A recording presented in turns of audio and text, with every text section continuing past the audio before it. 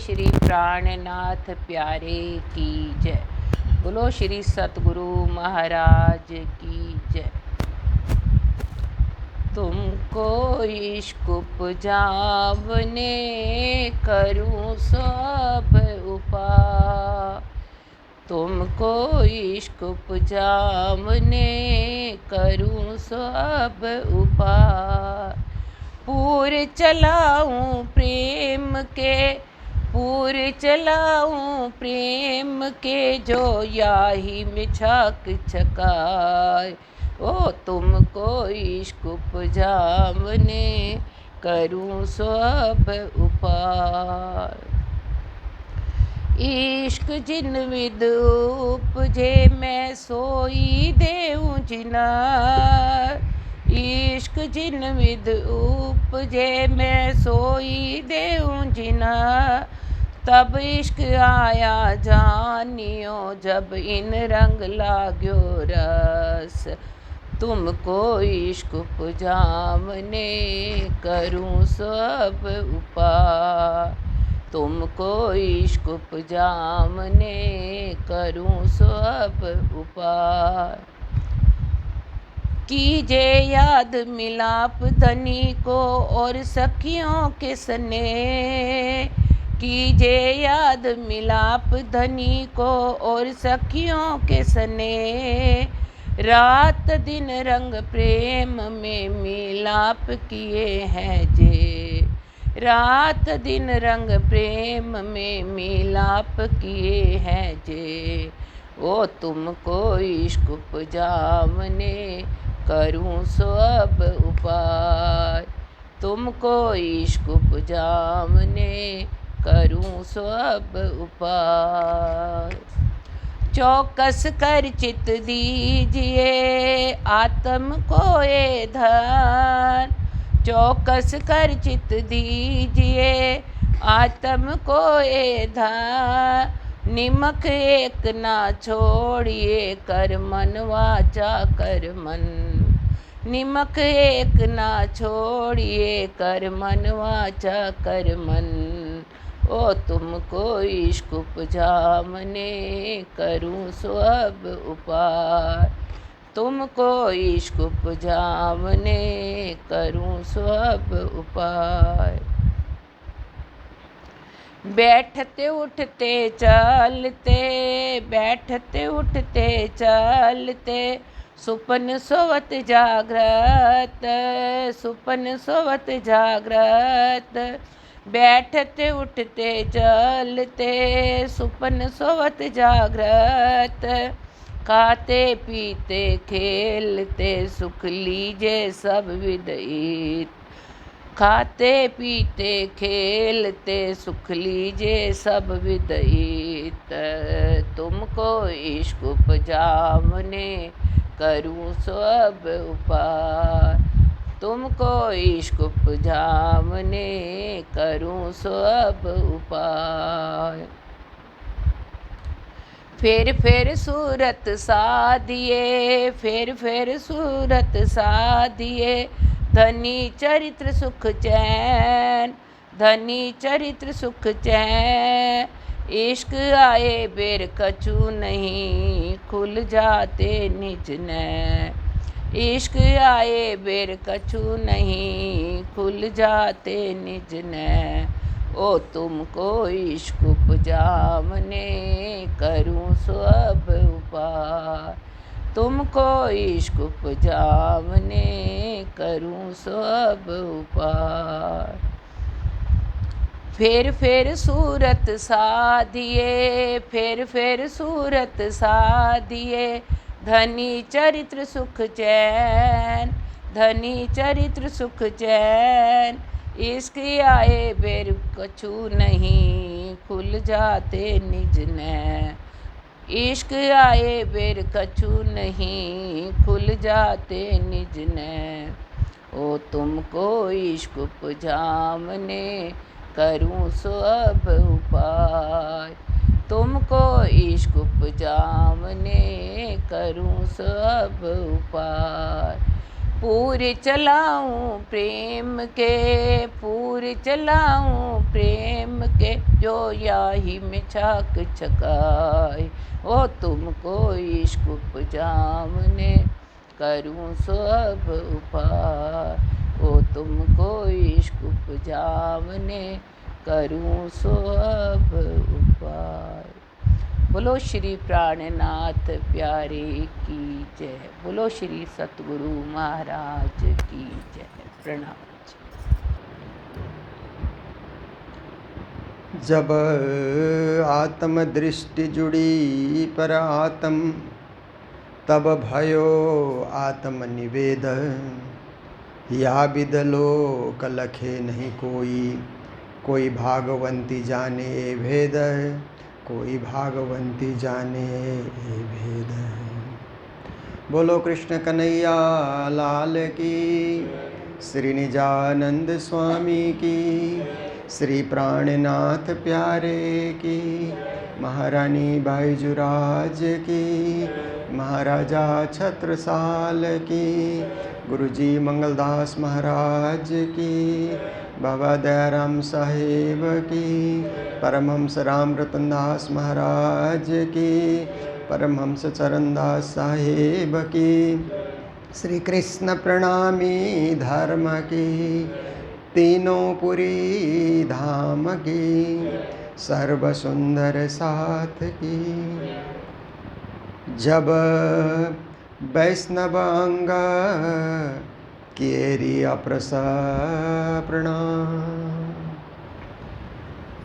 उपस्थित धर्म प्राण शिरोमणि सुंदर साथ जी, माताएं बहनें भाइयों, ब्रह्म ज्ञान रसधारा, ब्रह्म ज्ञान रस चर्चा, जिसका आस्वादन हम लोग नित्य निरंतर अविराम गति से, विराम नहीं है, इसमें छुट्टी नहीं है। देखिए, ऐसी रीत से हम लोग चर्चा का रसपान करते हैं, जैसे राज्य की पूजा से छुट्टी नहीं मिलती है ना, वो करनी करनी है। आज वैसा है ऐसा है करके वहाँ अवकाश नहीं है। इसी तरह से दुनिया में कई ऐसे काम होते हैं कि छुट्टी होती ही नहीं। ऐसे ही ये चर्चा से भी हम क्यों छुट्टी लें? दुनिया के कई कई काम में छुट्टी नहीं है, तो अपने धनी का यश, धनी का नाम, धनी का ज्ञान सुनने में हम लोग आराम क्यों करें, विराम क्यों लें? अविराम गति से इसको आगे बढ़ाते रहें। तो धर्म क्या सिखाता है कि धर्म वास्तविकता से जोड़ता है। बहुत सारे लोग कुप्रथा को धर्म मानते हैं, कुरीति को धर्म मानते हैं। है वो रीति नहीं है, कुरीति है। वो प्रथा भी नहीं है, कुप्रथा है, पर लोग उसी को धर्म मान करके चल रहे हैं। ऐसे भी लोग दुनिया में बहुत सारे होते हैं। और कुछ ऐसे लोग होते हैं कि छुआछूत को धर्म मानते हैं। तुम अछूत हो, दूर रहो, ऐसा करके छुआछूत करना, उसको कुछ लोग धर्म मानते हैं। और कुछ लोग ऐसे हैं कि पाखंडवाद को धर्म मानते हैं, कर रहे हैं पाखंड, तमाशा दिखा रहे हैं, परंतु उसको भी लोग धर्म समझ करके जाते हैं। ऐसे लोगों के भी चेले बहुत होते हैं, आप ही सब कुछ है ऐसे करके मान लेते हैं। कुछ लोग चमत्कार दिखाते हैं, तो चमत्कार को ही लोग धर्म मान करके दौड़ते हैं।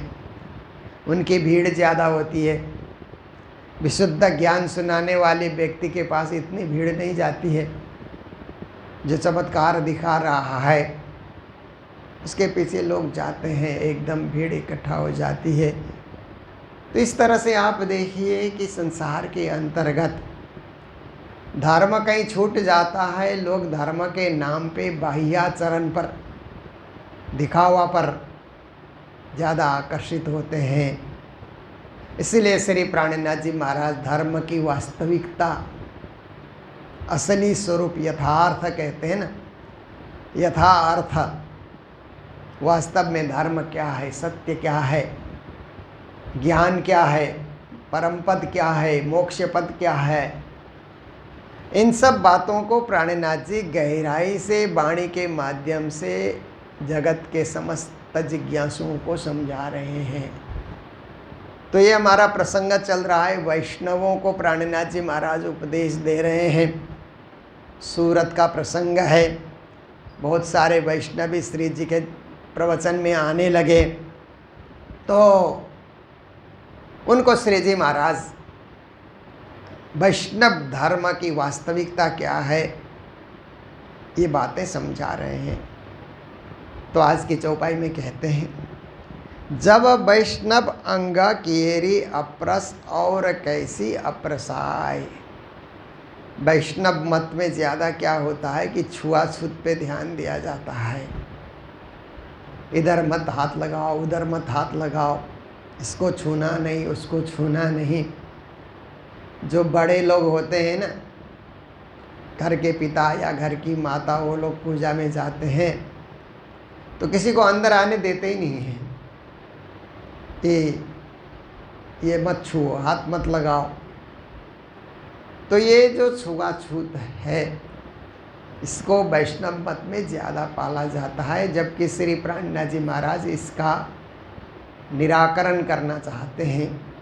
छुआछूत धर्म नहीं है, ये सबको बताना चाहते हैं। छुआछूत किस बात पे होनी चाहिए कि कोई बिना नहाए आ गया, रात को सोया है, सुबह उठ करके आ करके मंदिर में घुस गया, तो उसको कहना चाहिए कि अभी मत छुओ, क्योंकि तुम नहाए नहीं हो, तुम अशुद्ध हो अभी।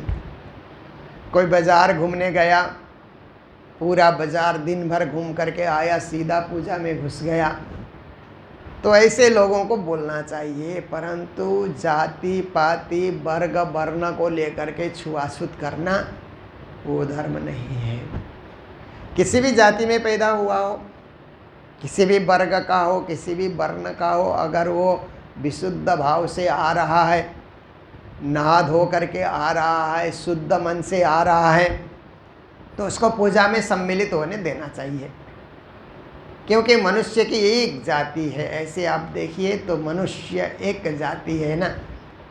पर ये वर्णाश्रम धर्म के चलते क्या हुआ, वर्णाश्रम धर्म भी ठीक है कि अपने अपने व्यवसाय को करते चलो, पर वर्णाश्रम के साथ जो छुआछूत की एक कुप्रथा चली, इससे हिंदू धर्म को बड़ा नुकसान हुआ है। हिंदू धर्म का एक बहुत बड़ा वर्ग अन्य धर्मों में चले गए, इस्लाम में चले गए, ईसाई में चले गए। तो ये जो छुआछूत है, इसको हटाने के लिए बहुत लोगों ने प्रयास किया। महात्मा गांधी ने भी इसको हटाने के लिए बहुत बड़ा उन्होंने भी आंदोलन किया।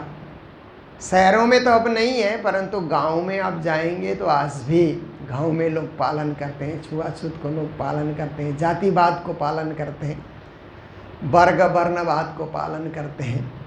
तो श्री प्राणनाथ जी महाराज उसके निराकरण के लिए, निराकरण प्रारंभ तो प्राणनाथ जी ने किया, गांधी जी ने उसको प्रैक्टिकल रूप दिया।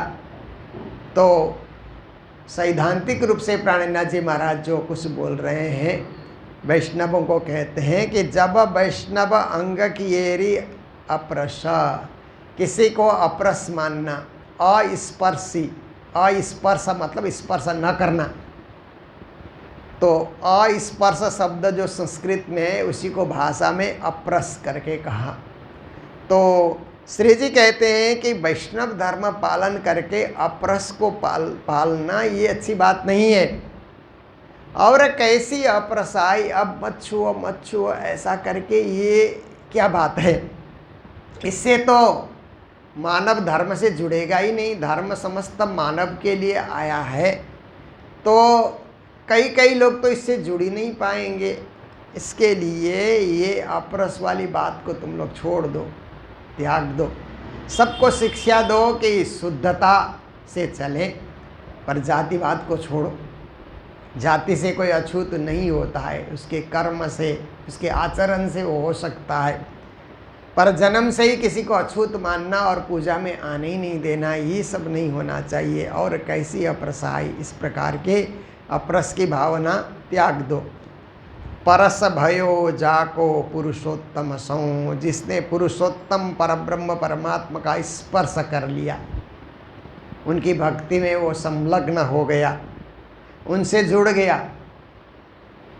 तो पुरुषोत्तम का जिसने स्पर्श कर लिया, फिर जगत के लोग, पुजारी लोग, ब्राह्मण लोग कहें तो अप्रसो अप्रसो, ये कैसी बात है।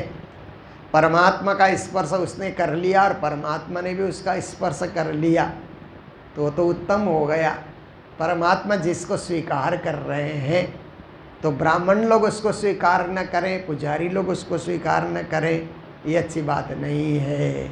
इसलिए धर्म के नाम पर ये अधर्म है, प्रथा के नाम पे ये कुप्रथा है। इसलिए श्री जी महाराज कहते हैं ऐसा कभी वैष्णवों को नहीं करना चाहिए।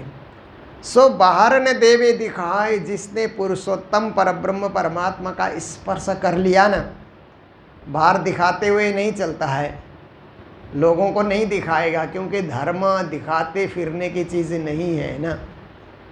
धर्म तो हृदय में धारण करने की चीज़ है, धर्म का विज्ञापन नहीं होता है। धर्म तो अंतरंग है, उसको अपनाने की चीज़ है। इसलिए अच्छे लोग बाहर दिखाते हुए नहीं फिरते, और कई लोग बस दिखाते फिरते हैं, तो यही कुप्रथा को दिखाते फिर रहे हैं, कुरीति को दिखाते फिर रहे हैं। इसलिए श्री जी महाराज ने अच्छी तरह उनको समझा दिया कि ये सब बातें छोड़ो और आप वास्तविकता से जुड़ो, सभी को साथ लेकर के चलो। केवल एक वर्ग का विकास करने से नहीं होगा, आत्मिक विकास सबका होना चाहिए। अहनिस आवेश हुड़ा अंग में, जैसे मद चढ़ियो महामत्ता। फिर कहते हैं कि दिन रात आप भक्ति करते हैं तो आपके अंदर परमात्मा का जोश आना चाहिए।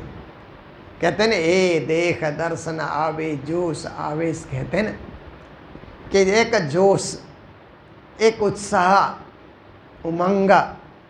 धर्म करते हुए हम एकदम निराश हो जाएं, ऐसे भी धर्म नहीं सिखाता है। धर्म करते हुए उत्साह हो, जोश हो, उमंग हो।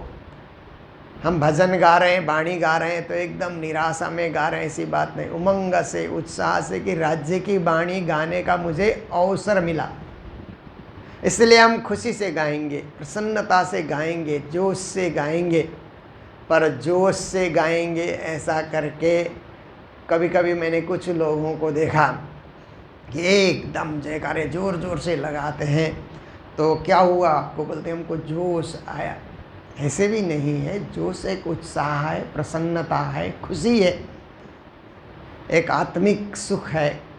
उसको क्या है, वो दिखावा नहीं है, अंतर हृदय में उसके स्वरूप को देख करके ही पता लगेगा कि इसमें राज्य का जो है जोश प्रस्फुटित हो रहा है, जोश कार्य कर रहा है। तो श्री जी महाराज भी कहते हैं कि आप लोग रोज़ पूजा करते हो वैष्णव मत में, तो आपके अंग अंग में वैष्णव होने का एक जोश दिखलाई देना चाहिए, प्रत्यक्ष होना चाहिए। जैसे मद चढ़ियो महामत, महामती कहते हैं जैसे कोई मद पी लेता है ना, तो मद पीने का जोश दिखाता है ना, क्योंकि मद पिया हुआ है तो उसकी बोली से पता लगता है ना। आवश्यकता से ज़्यादा बोल रहा है तो आप सोचिए इसने मद पिया हुआ है। तो देखिए मद चढ़ जाता है तो मद का क्या है, प्रदर्शन शुरू होता है।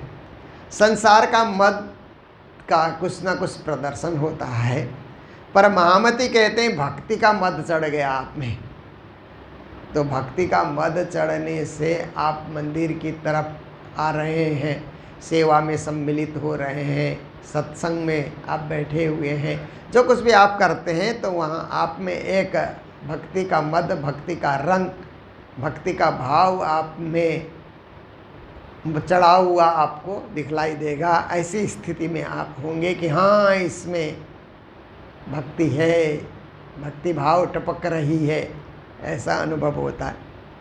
वाको आशा न उपजे तृष्णा। फिर कहते हैं जो भक्ति मार्ग में संलग्न होते हैं संसार की ज़्यादा आशा नहीं रखते हैं।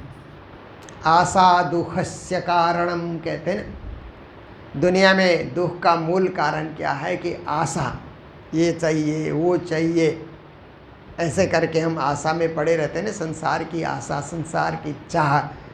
तो ये भी एक दुख का कारण होता है। चाह पूर्ण नहीं होने से हम फिर परेशान हो जाते हैं, इसलिए ज़्यादा चाह रखें ही नहीं। क्यों रखें हम ज़्यादा चाह? परमात्मा ने जो दिया है उसी में हम खुश रहें। दूसरों को देख करके हम न जिए, हम अपने को देख करके ही जिए। कभी कभी गुरु महाराज श्री 108 मंगलदास जी गुरु जी के साथ हम बहुत समय रहे, तो वो कहते थे कि उन्नति करनी हो तो अपने से छोटों को देखो, अपने से बड़े को देखोगे तो आप उन्नति नहीं कर सकोगे। अपने से छोटे को देख करके सोचना चाहिए उससे तो मैं आगे हूँ, उससे मैं बेहतर काम कर रहा हूँ, ऐसा हो जाता है। और कभी कभी आपके शरीर में रोग आया ना तो और रोगियों को देखना चाहिए, उससे तो मैं ठीक ठाक हूँ, मैं कुछ चल सकता हूँ, घूम सकता हूँ, फिर सकता हूँ, तो आपके मन में संतोष होगा, नहीं तो निराशा होगी। निराशा होने से बीमारी और बढ़ जाती है। इसलिए मन में आशा भरने के लिए, मन में उमंग भरने के लिए, मन में जोश भरने के लिए संसार की इच्छाओं को कम कर देना और परमात्मा प्राप्ति की इच्छा को, उसको विकसित करना। तो श्री जी महाराज कहते हैं वैष्णव जो सच्चे होते हैं दुनिया की आशा लेकर के नहीं चलते हैं, और उनमें उनके मन में तृष्णा भी नहीं होती है। तृष्णा न जीर्णा भयमेव जीर्णा, भर्तृहरि शतक में है ना ये श्लोक आता है। भोगा न भुक्ता भयमेव भुक्ता, स्तपो न तप्तम भयमेव तप्ता, कालो न यातो भयमेव याता, तृष्णा न जीर्णा भयमेव जीर्णा। भर्तृहरि जिन्होंने राजपाट को छोड़ करके संन्यास ले लिया था, गुरु गोरखनाथ के शिष्य बने थे, उनके 3 शतक मिलते हैं। 100 श्लोक के 3 किताब उनके मिलते हैं। तो एक वैराग्य शतक करके ग्रंथ है। गुरु महाराज के पास हम लोग आते तो वैरागी कैसे बनना, उसके लिए वो वैराग्य शतक के श्लोक याद कराते थे और पढ़ाते भी थे। तो उसी का यह श्लोक है कि भोगान भुक्ता भयमेव भुक्ता। कभी कभी हम सोचते हैं कि हम भोगों को भोग रहे हैं, पर भोग ही हमें भोग रहे हैं। हम भोगों के द्वारा भोगे जा रहे हैं वो हमको नहीं पता है, पर हम मन से सोचते हैं कि हम भोगों को भोग रहे हैं। फिर हम सोचते हैं कि हम तप कर रहे हैं, पर दुनिया की चिंता हमें तपा रही है। तपो न तप्तम भयमेव तप्ता, कालो न यातो भयमेव याता। फिर कहते हैं हम सोच रहे हैं कि समय बीत रहा है, परंतु हम बीत रहे हैं। समय तो वही है, उसी तरह समय फिर से आ रहा है, पर हम उसी तरह फिर से नहीं आ सकते। हम तो बीते जा रहे हैं, हम दुनिया से एकदम विदा होते जा रहे हैं। तृष्णा न जीर्णा भयमेव जीर्णा, यह तृष्णा शब्द श्री जी ने प्रयोग किया, इसलिए इस श्लोक को यहाँ जोड़ा जा रहा है कि लोग सोचते हैं कि तृष्णा भी एक दिन जीर्ण वृद्ध हो जाएगी, परंतु तृष्णा कभी वृद्ध नहीं होती, हम खुद वृद्ध हो जाते हैं। तृष्णा तो फिर भी जवान की जवान बनी रहती है, पर शरीर वृद्ध हो जाता है, मनुष्य वृद्ध हो जाता है। इसलिए ज़्यादा तृष्णा रखना ये भी उचित बात नहीं है। ज़्यादा आशा रखना, ज़्यादा तृष्णा रखना, क्योंकि उसको कम कर दो, उसको भुला दो, छोड़ दो। तृष्णा को श्री जी महाराज ने तो तृष्णा को भी उठा करके भक्ति से जोड़ा ना, गुण फिरावा प्रकरण में। इन सब जो है बुराइयों को श्री जी ने अच्छा मार्ग दे दिया, अच्छी दिशा उन्होंने दी। तो यहाँ यही जो प्रकाश में गुण फिरावा में कहा, उसी का कुछ अंश यहाँ भी सुना रहे हैं कि अच्छे जो वैष्णव होते हैं आशा और तृष्णा में डूबे नहीं रहते। वह एक ही सो एक चित्त, एक परब्रह्म परमात्मा के साथ एक चित्त हो करके बस हम हमारे धनी, हम हमारे पिया, हम हमारे मालिक, ऐसे करते हुए हमारे श्याम सुंदर, हमारे श्री कृष्ण, हमारे राज, हमारे पिया, जिस नाम से आप परमात्मा को पुकार रहे हैं, बस उनके साथ एक चित्त हो करके, एक भाव हो करके, एक तन, एक मन, एक विचार हो करके उनके साथ लगे रहना है। उत्पन्न प्रेम पार ब्रह्म संग, वाको शुपन हो गयो संसार। फिर कहते हैं कि जिसका परब्रह्म परमात्मा के चरणों में प्रेम उत्पन्न हो गया, सच्चा प्रेम उत्पन्न हो गया, वो संसार को स्वप्नवत समझने लगता है। क्योंकि कल का दिन हमारे लिए स्वप्नवत हो गया ना। आज सोचते हैं तो वो चला गया, सो चला गया, जैसे स्वप्न निकल जाता है। तो इस तरह से हमारे कई जीवन के अवसर स्वप्नवत हो गए। तो संसार की सृष्टि भी स्वप्नवत सृष्टि है। ऐसा परब्रह्म परमात्मा के साथ प्रेम उत्पन्न होने से ऐसा लगता है।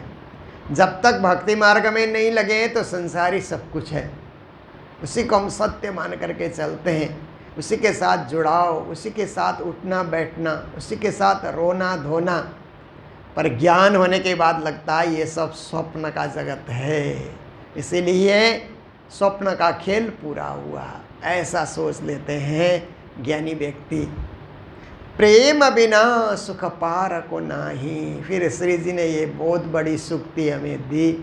छोटा सा वाक्य है, एक चौपाई का चौथाई अंश है, पर बहुत बड़ी बात उन्होंने की कि परम धाम का सुख लेना है तो हृदय में प्रेम प्रकट करना होगा। बिना प्रेम वहाँ का सुख मिलेगा ही नहीं। आपको प्रेमी आत्मा बनना होगा, मन तन में प्रेम सजाना होगा, तो वही परे से परे परम धाम का आप सुख पा सकते हैं।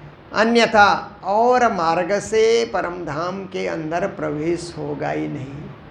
तभी तो आप देखिए ना, परिक्रमा ग्रंथ के श्री जी ने जब रचना अथवा प्रकटन प्रारंभ किया तो श्री जी महाराज ने पहले वो प्रेम का प्रकरण सजाया है ना। तुम अब कहूँ इश्क की बात, इश्क शब्दातीत साक्षात, जो कदे आवे मिने सबद तो चौदे तबक करे रद।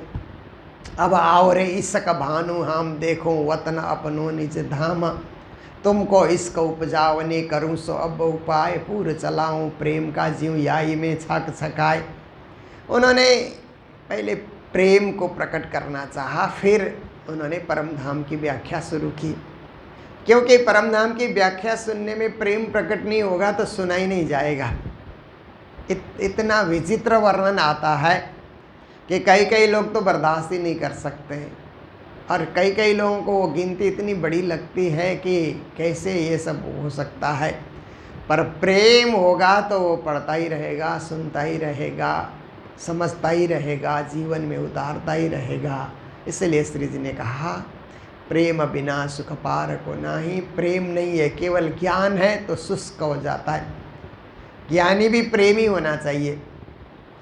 जैसे गीता में श्री कृष्ण ने कहा ना, चतुर्विधा भजती माम जनासु कृति नोर्जुना आर्त जिज्ञासु अर्थार्थी ज्ञानी च भरतर्षभ तेसाम ज्ञानी नित्य युक्त एक भक्तिर्विशिष्यते।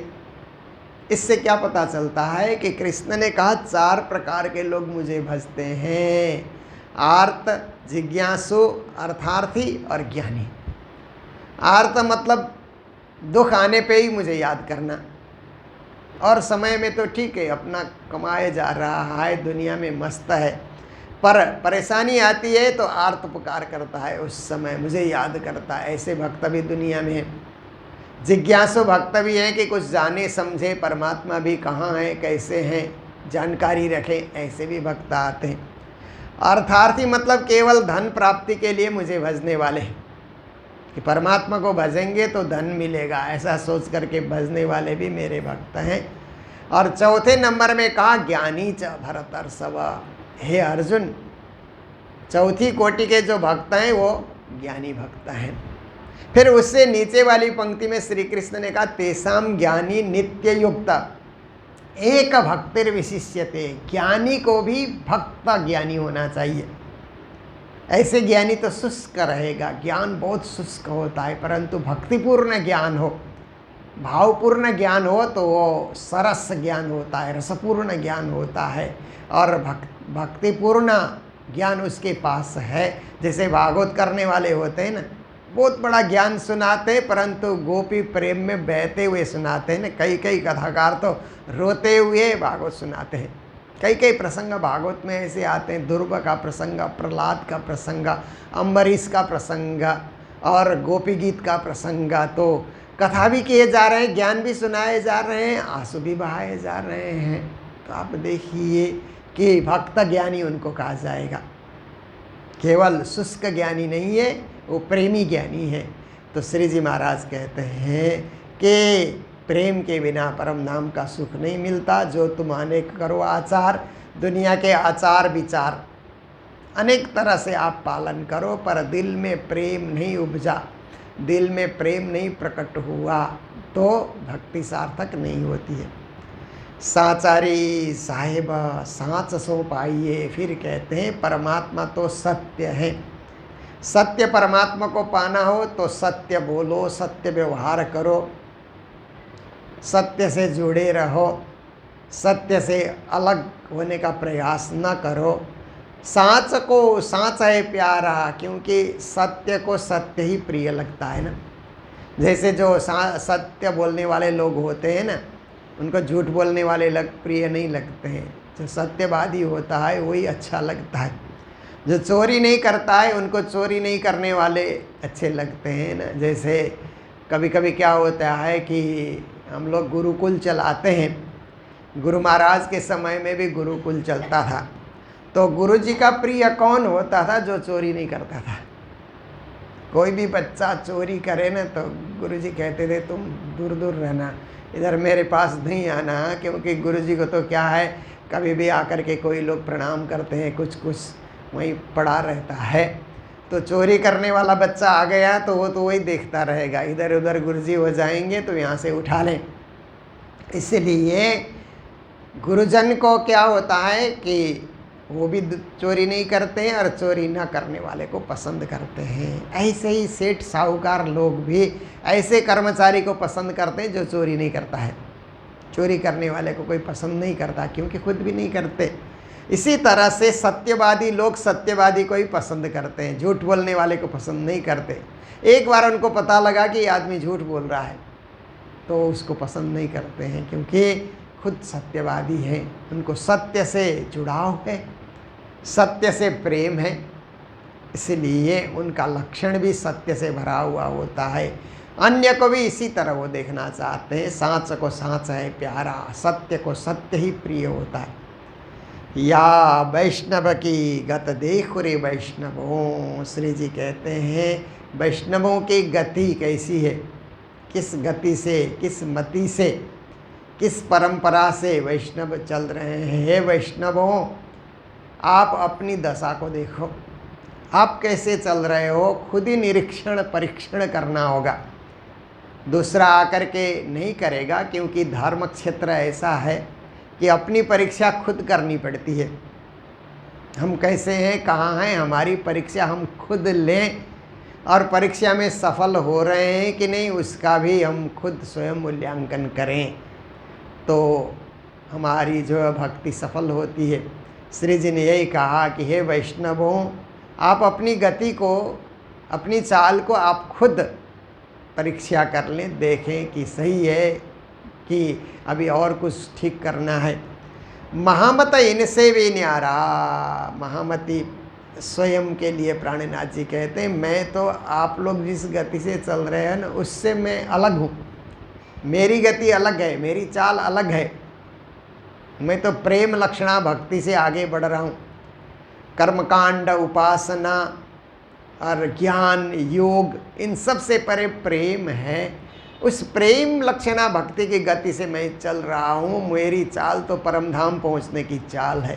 परमधाम सबसे दूर है, तो तेज़ गति से मुझे वहाँ पहुँचने के लिए कदम आगे बढ़ाना होगा। इसलिए मेरी भक्ति तो न्यारी भक्ति है, मेरी साधना सबसे न्यारी साधना है, सबसे अलग साधना है। उस साधना में मैं लगा हुआ हूँ। यदि आप लोग भी इच्छुक हैं इस साधना से जुड़ने के लिए तो एक सीढ़ी और चढ़ जाइए।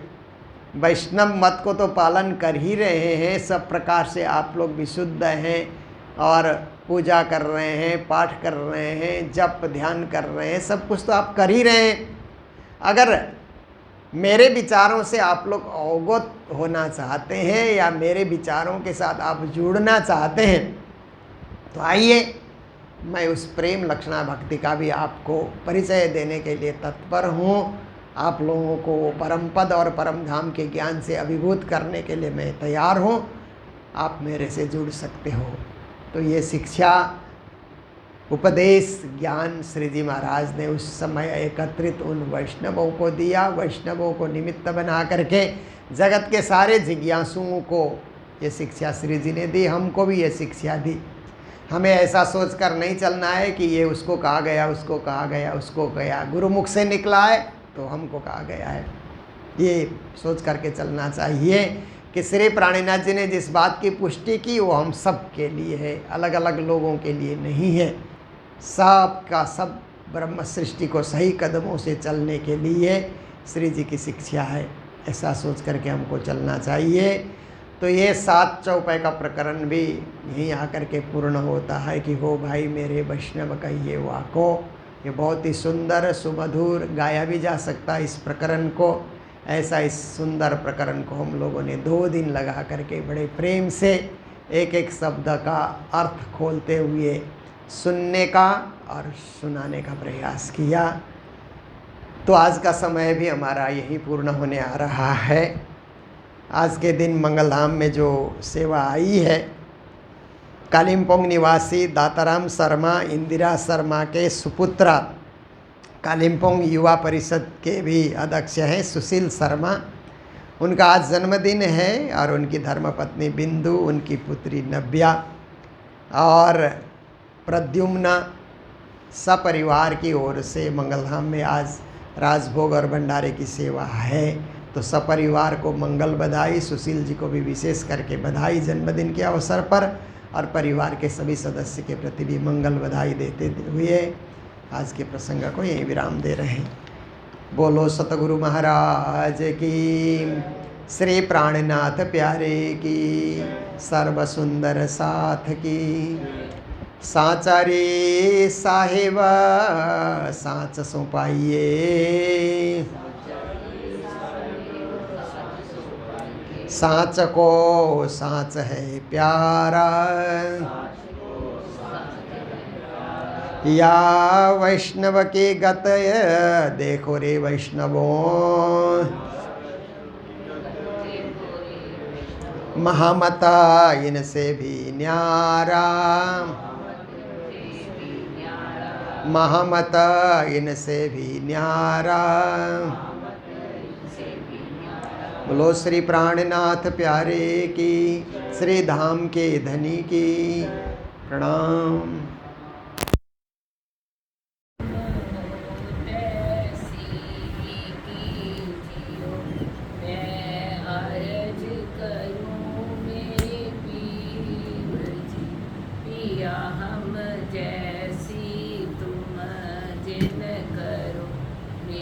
तलब तलब जाए जीव जी, पिया जीवन तो जीवे नहीं, क्यों मीटे दिल की प्यास जी। पिया तुम बिना किन सो कहूँ, पिया तुम हो मेरी आस जी। पियास बिरानी तो करूं, पिया जो कोई दूसरा हो ए जी। पिया सब विद वाला जी, सामरथ दिन रैन जात रोए रोए जी। पिया जन्म अंधी जो मैं होती, पिया देखूं नीके कार जी। पिया जब तुम आप दिखाओगे, तब देखूंगी नैन नजार जी। ए पुकार पिया मेरी सोन के, वाला ढील करो वाला जैन जी। पिया शिन शिन खबर जो लीजियो, मैं अर्ज करूं दुल्हन जी। पिया एती अरज मैं तो करूं, जो आड़ी भई अंतराय जी। सो आड़ी अंतराय टाल के, दुल्हा लीजे कंठ लगाए जी। पिया कंठ सो कंठ लगाए के, पिया कीजे हास विलास जी। पिया वार ने जाए श्री इंद्रावती, पिया राखो चरणों के पास जी। पिया तुम दुल्हा मैं दुल्हनी, पिया और न जानू बात जी। पिया इश्क सो सेवा करूं, धनी सब अंगों साक्षात जी। पिया सदा सुख दाता धाम धनी, मैं क्या कहूँ किनसो बात जी। श्री महामती जुगल किशोर पर, वारी अंगना बल बल जात जी। पिया सदा सुख दाता धाम धनी, मैं क्या कहूँ किनसो बात जी। श्री महामती जुगल सवारी अंगना बलात जी। पिया तुम हो तैसी कीजियो, मैं अर्ज करूं मेरे पीव जी।